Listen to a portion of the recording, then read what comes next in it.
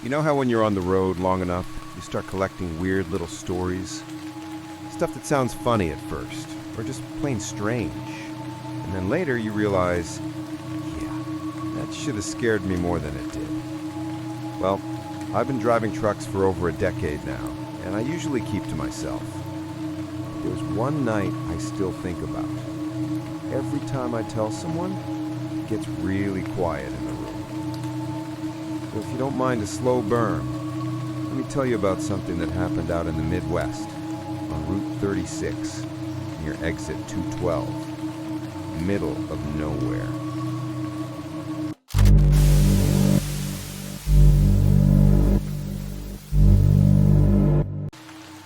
It was late fall, around 1 a.m., and the rain was absolutely dumping down.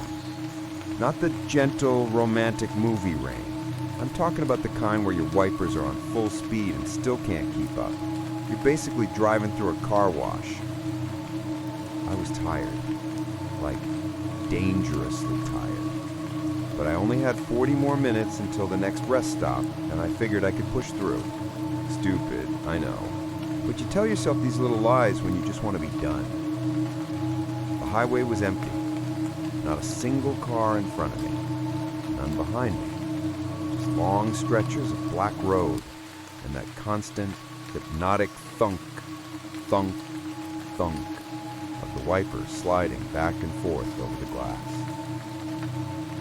And then I see something ahead of me on the shoulder. At first I thought it was just a signpost or maybe some road debris. But as I got closer, my brain went, no, that's a person. A hitchhiker. Just standing there in the rain. Now here's where it already gets weird. He wasn't facing traffic. He wasn't waving. He wasn't even moving. He was standing sideways, like a cutout someone had placed there, with his thumb sticking out stiffly, and his head turned all the way toward the road, just staring at my truck. No shuffle, no flinch, no reaction to the rain hitting him. Just this motionless, soaking wet figure watching me approach. It honestly gave me a jolt. I wasn't planning to pick him up, not at 1 a.m., not in a storm, and not when he looked like that. But the sight of him was so out of place that I instinctively slowed down a little. When I passed him, I remember thinking he didn't look rained on. He looked drenched.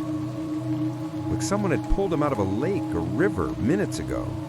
Water pouring off his sleeves, dripping off his fingertips. I told myself not to think about it. Just keep driving. You're tired, you're imagining things. But then, and this is what really got me, the CB radio crackled to life. Now, I hadn't heard a peep on that thing all night, but suddenly there was static, then a voice. "Driver, you all right up there?" It was another trucker. Sounded like an older guy. I clicked back. "Yeah, I'm fine. Why? What's up?" Another pause. "Did you just pass a guy on the shoulder near 212? I swear my stomach dropped. I said, "Yeah, why?" The guy hesitated. Long enough that I thought he disconnected. Then he said, "You didn't pick him up, did you?" I laughed nervously and said, "No. Should I have?" His reply was instant. "Good. Don't." That was not what I wanted to hear at 1 a.m. on an empty highway. So I asked, "Why? What's wrong with him?" He breathed out slowly, and his voice got real serious. "Because I picked him up last week." I nearly dropped the radio. "What happened?" I asked. He cleared his throat, That shaky, uncomfortable sound older men make when they're about to admit something that still freaks them out. Same spot, same time. Guy was soaked to the bone, wouldn't talk, wouldn't look at me. Just stared out the window like he was waiting for something. He paused, then continued. Then, out of nowhere, he reached for the wheel. Full grab, tried to yank the truck. My palms started sweating. "That's crazy," I said. "Did you call it in?" He actually laughed. Not a happy laugh, more like the "you wouldn't believe me if I told you" kind. No, because when I pulled over to kick him out, he wasn't in the cab anymore. I tried to make sense of that. Maybe he jumped out while you were slowing down. The door never opened, not once. I didn't respond. I didn't know how to. The radio went silent again, leaving me alone with the sound of the rain.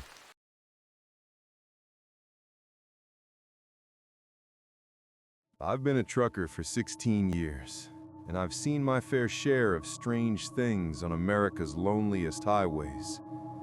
But nothing, and I mean nothing, comes close to what happened on Route 191 outside Moab, Utah. It was early November, around 3:15 a.m., that dead hour of the night when even the stars seem tired and the road stops feeling like a path and starts feeling like a trap. I'd been hauling industrial equipment from Phoenix to Idaho, an overnight run I'd done dozens of times. But that night, something felt off the moment I crossed into Utah. The air got heavier, colder, almost metallic. And then my radio started hissing. Not static, not a signal, breathing. Slow, faint, wet breathing that faded in and out like someone was leaning in and out of the mic. Probably a busted cable, I told myself, but I still turned the volume down. By 3:30 a.m., the road was completely empty. No headlights behind me, no oncoming traffic, just my 18-wheeler and an ocean of darkness. Then I saw him. A man standing on the hard shoulder. No car broken down, no lights, no reason for him to be there. Just standing, facing the desert, not even looking at me. I slowed down automatically, old habit. If someone's stranded, you check, you help. That's the rule of the road. But the closer I got, the worse the feeling in my chest became. A pressure, like someone was pushing a palm against my sternum. My headlights swept over him for half a second. He wasn't wearing reflective gear, no jacket, just a hospital gown. Open in the back, skin pale as paper, feet bare and covered in dust. I didn't stop. I didn't even tap the brake. I pressed the gas and kept going until the figure vanished into the darkness behind me. 5 minutes later, the breathing on the radio came back, but louder this time, closer. I reached for the dial, but before I could touch it, a voice whispered through the speakers. "You drove past me." My hand froze. The voice wasn't from a radio transmission. It sounded like someone whispering into the cab from the passenger seat. I refused to look. I kept my eyes glued to the road. The breathing grew louder, wet, closer, like someone crawling behind my seat. I yanked the driver's side window open just to hear something, anything other than that sound. The cold night air blasted in, but the breathing didn't fade. It was still inside. "Get out," a whisper said. A different voice this time, a woman's voice, shaking like she was crying. My hands started trembling on the wheel. Then headlights appeared behind me, two bright points of white slicing through the darkness. Relief hit me so hard I nearly cried. Another vehicle meant witnesses, safety, sanity. But the lights got closer, too close, tailgating me at 3 a.m. on an empty desert highway. I flashed my hazards, tapped my brakes, nothing. Then the lights rose, higher and higher, until they weren't car headlights at all. They were two vertical beams, floodlights, like those on hospital emergency transport vans, the exact kind that would carry someone in a hospital gown. The light swerved left, then right, trying to blind me, trying to force me off the road. My heart hammered, my mouth grew dry. I floored the pedal. The monstrous light stayed glued to my rear. And then, the radio screamed. Not static, not breathing. A full human scream, raw, violent, agonized, burst from the speakers and rattled my entire dashboard. I slammed both palms over my ears, and that's when it happened. Something cold and damp touched the back of my neck. Fingers. Long, thin fingers. I jerked forward so hard I almost lost control of the wheel. I didn't look back. I couldn't. All I remember is flooring it, tears streaming down my face, praying, begging for sunrise. And then, like someone flipped a switch, the lights behind me vanished. The road went quiet, the radio went silent. And when I finally found the courage to look at my side mirror, there was nothing. Not a single vehicle behind me. When I reached the next gas station, I stumbled out and checked the rear of my trailer. My bumper was scratched.